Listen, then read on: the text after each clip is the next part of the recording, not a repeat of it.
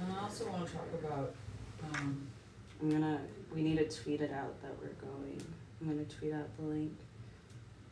do you want me to tweet it? Yeah, too. How do I do that? I'll send it. Okay.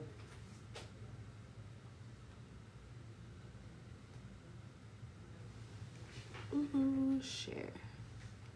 Do that. I'll send it. Okay.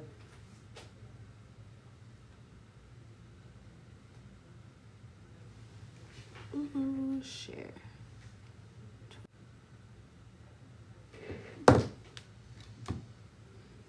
Hello, Crystal.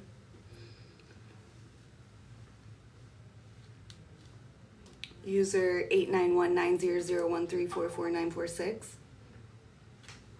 Let's go.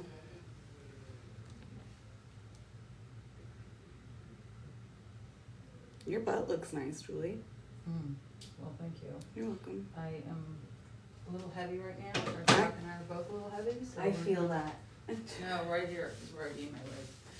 So Better than the hips. You know how hard it is to get rid of these? Oh, please. I go up the stairs every day. All right. Did you retweet me?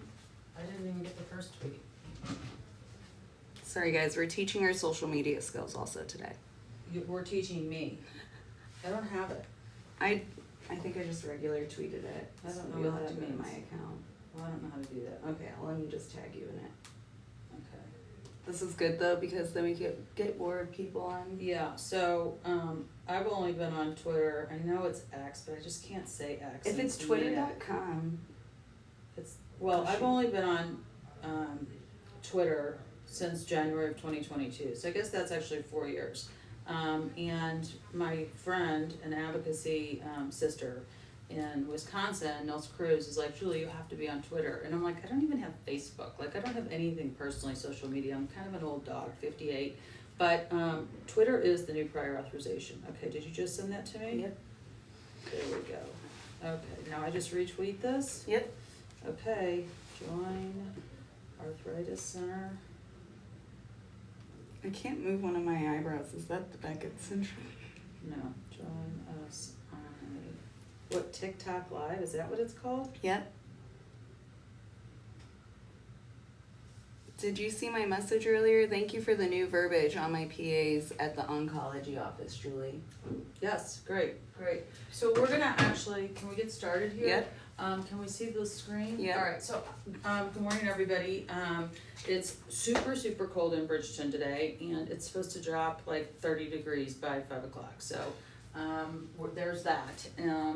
I wanted to talk about social media's role. How do I do this? Social media's role in prior authorization, okay? So when you have a prior authorization fail, and what I mean by a prior authorization fail is that you've followed all the normal insurance and PBM requirements. You've sent in the chart notes, you've gotten the denial, because we know that's the first step, because they're just banking on the fact that nobody is going to take the next step and appeal it.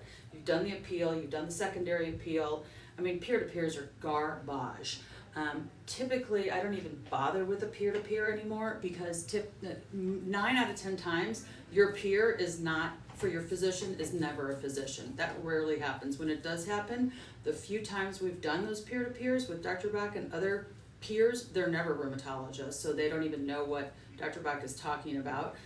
They're emergency medicine doctors, they're retired OBGYNs, or they're physicians that have had a little dust up in their history and they can't work or they can't write prescriptions because of problematic things. These are the people that are considered insurance medical directors. There's a couple of ones that aren't, so let's not have everybody start screaming and yelling, but if you're a medical director at an insurance company, you and I don't like each other, okay?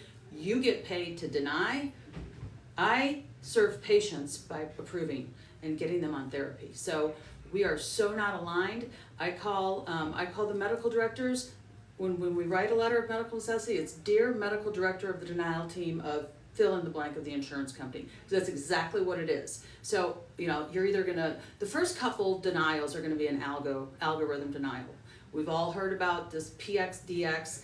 multiple insurance people use it, and they ProPublica did a great piece on this a couple months ago, in how one of our favorite insurance companies can mass deny prescriptions or prior authorizations in 1.2 seconds without even opening the chart. That, people, is not medicine. That is denial care, and that's what these insurance companies are all about, and including their vertically aligned PBMs. So back to send all the chart notes, appeal denied, forget the peer-to-peer, because your doctors will hate you if you do that. And I've had more chart notes that I've seen that the Dr. Rock talks to another physician on the phone, and the physician starts, she or he leads with, I have no ability to approve this at my level. Take it up on appeal. So forget the peer-to-peer. It's total garbage. What you do is you go, when you have a prior authorization fail, you need to pivot to social media, okay? Twitter is the new prior authorization, or X, or whatever you kids are calling it now. And then you can also do TikTok, Instagram, all these other things. But I want to show you how we work with our patients, and they stand shoulder to shoulder with us. I don't know if you guys can see this, but this is a social media release for the patients to sign. I will put this on our website. We can put it on here too. We'll put it on here too. Feel free to copy it. So when we're gonna do something and push it out on Twitter, we always get the patient involved with us. The patient that I started this with, he was a Premera. That was the insurance company, which is Blue Cross Blue Shield in California, something like that. He worked for Amazon, okay? He was 72 years old. Premera managed to deny him for 6 months, all right? And he was like, listen, I'm dying here. And he was poor, and he was from a marginalized community. That's the first one you let me help you with. And I told the lady, I will sit here all night. Yep. So this was about, it was probably about 2 years ago, wasn't it? Okay, so anyway, this patient, he would just come in here and he's like, I don't know what to do. My hands hurt so bad. I'm a packaged sorter for Amazon. And so we took him and said, all right, this is what you need to do. You need to sign this social media release. We need to push this out on Twitter. So he came in, he did that. You know, and a lot of times when we're working with patients on trying to get their case overturned, they want to come on Twitter with me. I'm not super big on that because I really don't want patients to have all of their face and information out in the public. I don't give a rat's behind about mine because this is my job and this is what I'm supposed to do. I'm supposed to get patients their medicine. But we didn't have him come on Twitter with us, but the public shaming of Amazon and of Premera flipped that case over. Okay, that patient is still on therapy today. He's doing well, but for Twitter and social media, he would still be in denial hell because that's how insurance companies work. The more they deny, the more money they work. They've got all these silly little, mission statements that they're the best in the healthcare. Listen, quit telling me stupid things. Show me the experience that you value caring for these patients, caring for these chronic patients. So I would really like to encourage people to use social media. We always redact things, but we've got patients. One of our patients is Denise came on with us. She and Jessica came on with us. She's like a huge supporter of us. We have a nurse practitioner patient that Dr. Bach saved her life, changed her life. And she actually has done joint TikToks with me. We interviewed her in the infusion room. So people that are super savvy are using social media as the new prior authorization.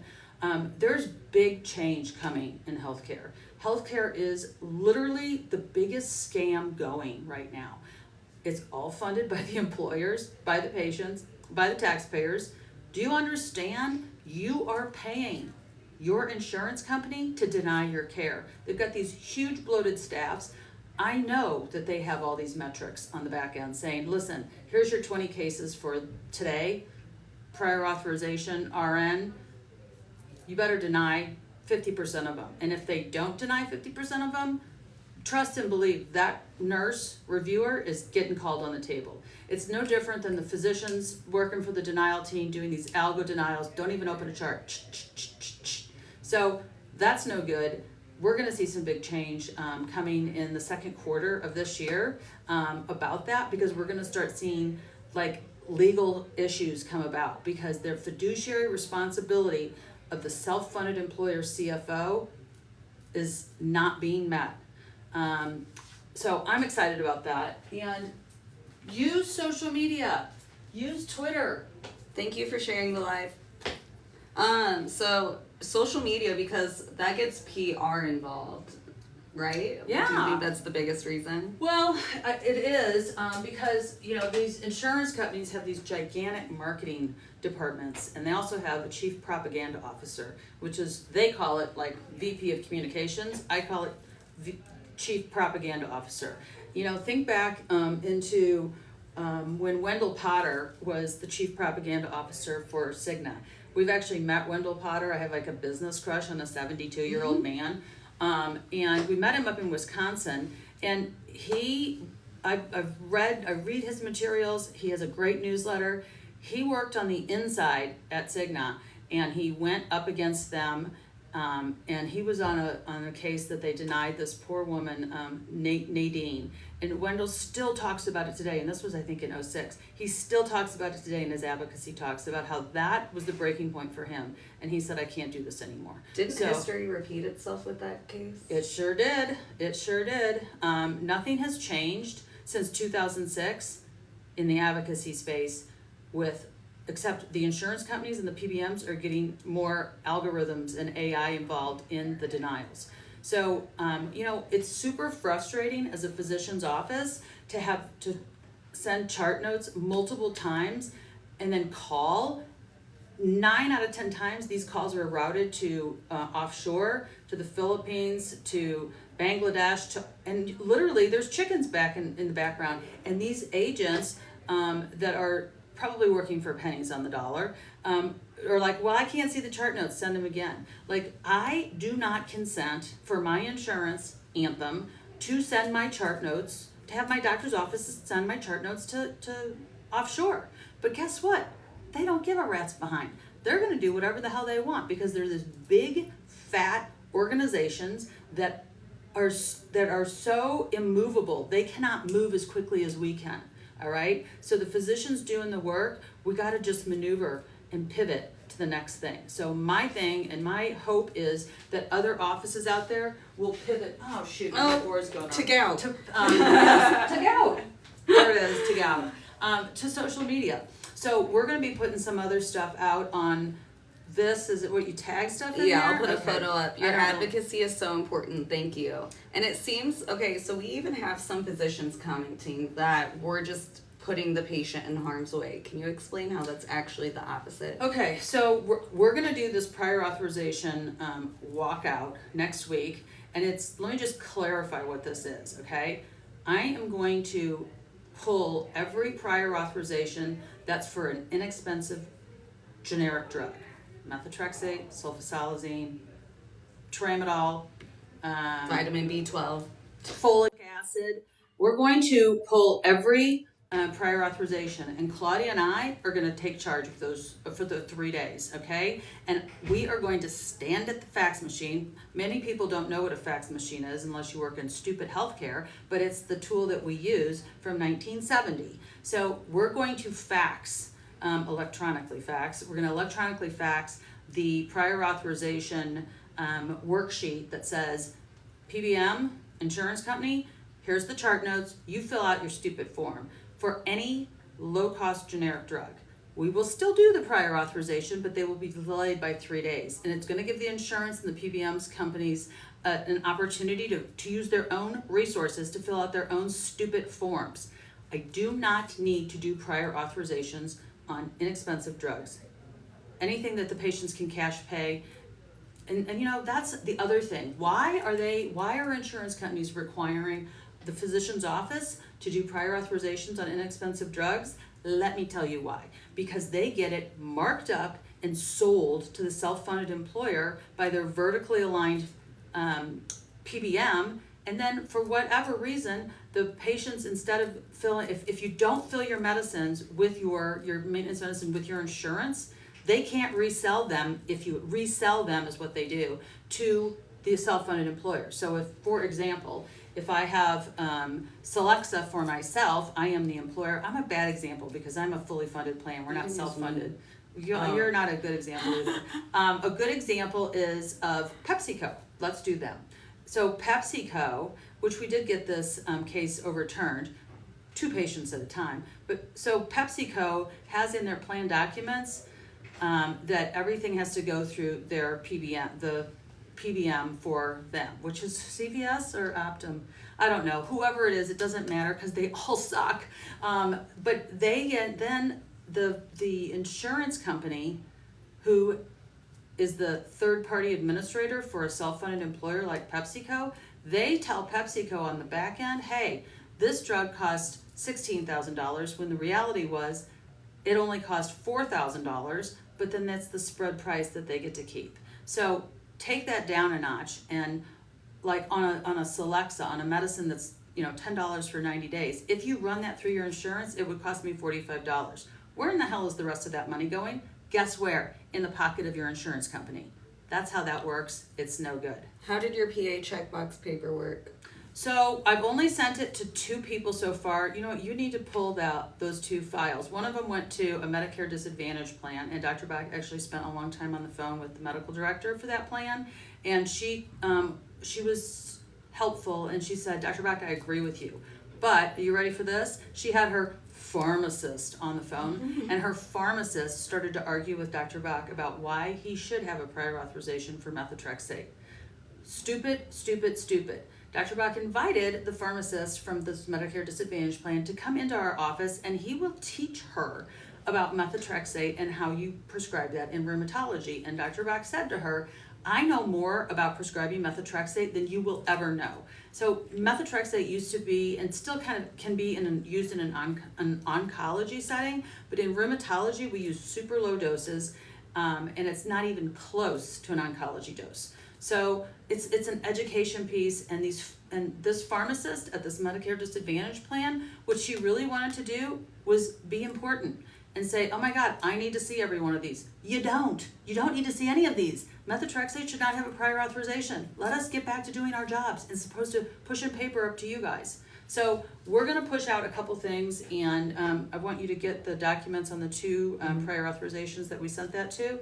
And I know one of them was Express Scripts, my personal favorite. Hate you. And an update on my medicine, we still haven't gotten it, and it's been more than 32 hours. Yep, and that's Anthem right there. I think she prolonged it by yelling at the Carolyn. They said it'd be 32 hours, and then Julie got mad. Well, why don't you get them back on the phone? Like, we just don't have time for all this. It's such a waste of time. Everybody is a patient. Everybody wants quick, appropriate health care. Well, I guess I'd be a good example of how you talk to these insurance people if they wanted to see, because I don't care if you use my information. We have Dr. Bach's information out there. We can use your information. Let's do a little piece on it. Let's get them back on the phone. Okay, so that's the update for this morning. We will be back. Social media is the new prior authorization. And we are going to get together and do a masterclass on this on our YouTube channel. Don't back down. Yeah, I haven't even gotten on my YouTube channel yet, but Claudia put it together, and it is Don't Balk Down. That's DON apostrophe T or just T? Nope, just DONT. DONT. Oh, you don't like spelling, but you can't put an apostrophe. Balk, BAAK, down, DOWN. You need to put that on our website too. I will. So anyway, it has all of our lives on there. So like, if you want a refresher from the past, and the amount of patients that we are able to see is because of like our office. You can get in 1 to 3 business days. So for a new patient, new rheumatology patient. I don't even know a primary care physician you can do that with. So for people to think that we're putting the patients in harm's way, you think you need to look at the insurance. Like a car warranty. I've been telling her this example the whole time. I worked in that biz. A car warranty company, if something's not covered, you get mad at the company or the person that sold you the car warranty, the broker, not the person providing the services. So we need to take a chill pill. And if we can all work together to make the change, that's how changes happen. And we'll be back later. Fiddlesticks. Bye. All right, that was good.